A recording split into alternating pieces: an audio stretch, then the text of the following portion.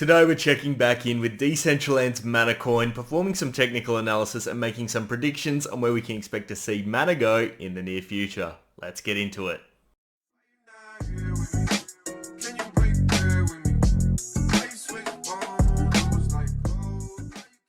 Welcome back into Mana Chart, guys. If you'd like to buy Mana or want some free Bitcoin, there are a couple of links down in the description of today's video. And unfortunately, as you can see, like many of our other cryptocurrencies, the market was down. So as a result, since our last video, Mana has also been down as well. We're expecting, I suppose, a little breakthrough potentially of these moving averages, but unfortunately we didn't even get a test of that. And instead, we just continued in downwards direction.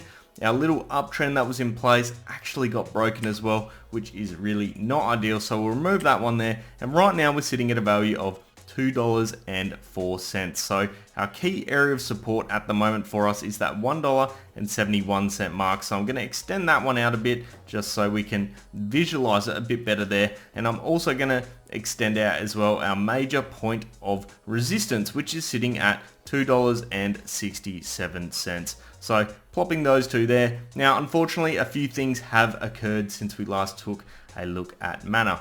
We have had a cross, and that is a cross of the 20-day moving average below the 50-day moving average, and we'd only just converged in the other direction. So that's why we were thinking things were looking significantly more bullish, but unfortunately we've converged back downwards due to the Bitcoin drop, which always resulted in Mana dropping and many other cryptocurrencies as well. So unfortunately, that is where we are sitting at this point in time. And our first major point of support, I'd suggest, is at 171. We may have a bit of minor support where we're bouncing around at the moment at the $2 mark roughly. As you can see, like in the past, I'll just zoom out a bit, we have had a bit of price action at this point previously, but up until that point, not really too much. I'd say more likely we've seen a bit more price action above our current price.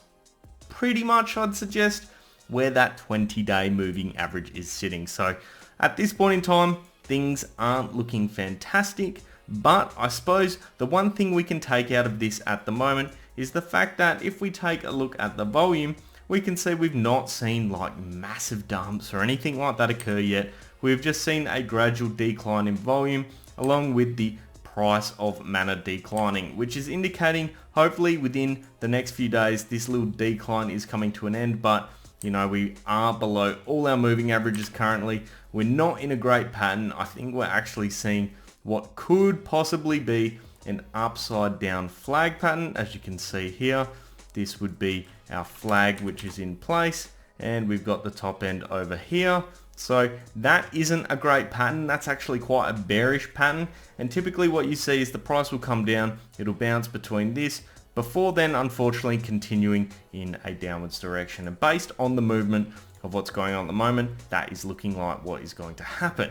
But we must take into consideration other indicators as well. The first one I want to have a look at is the RSI. Are we now oversold?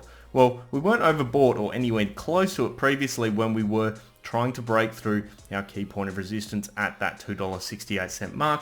And certainly now we are not anywhere near that point as well. In fact, we were getting close to oversold on the 11th of April at 32.95 on the RSI, but we then have now climbed back to 38.41, still very, very low. And that for us indicates that whilst yes, there is room to drop, I think this pattern is showing that it's probably going to be the case.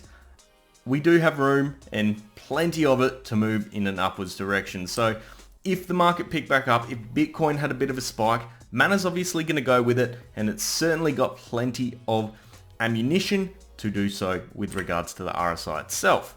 Now let's have a look at the MACD. Now the MACD is showing us that the red period is actually coming to an end. And what we're seeing is a potential cross of the 12-day EMA above the 26-day EMA. Now, we're seeing this on many cryptos at this point in time. So if we see a bunch of crosses on the major cryptos such as Bitcoin and Ethereum, Mana should hopefully cross convincingly. But unfortunately at this point in time, what we're seeing is these lines are moving parallel to each other.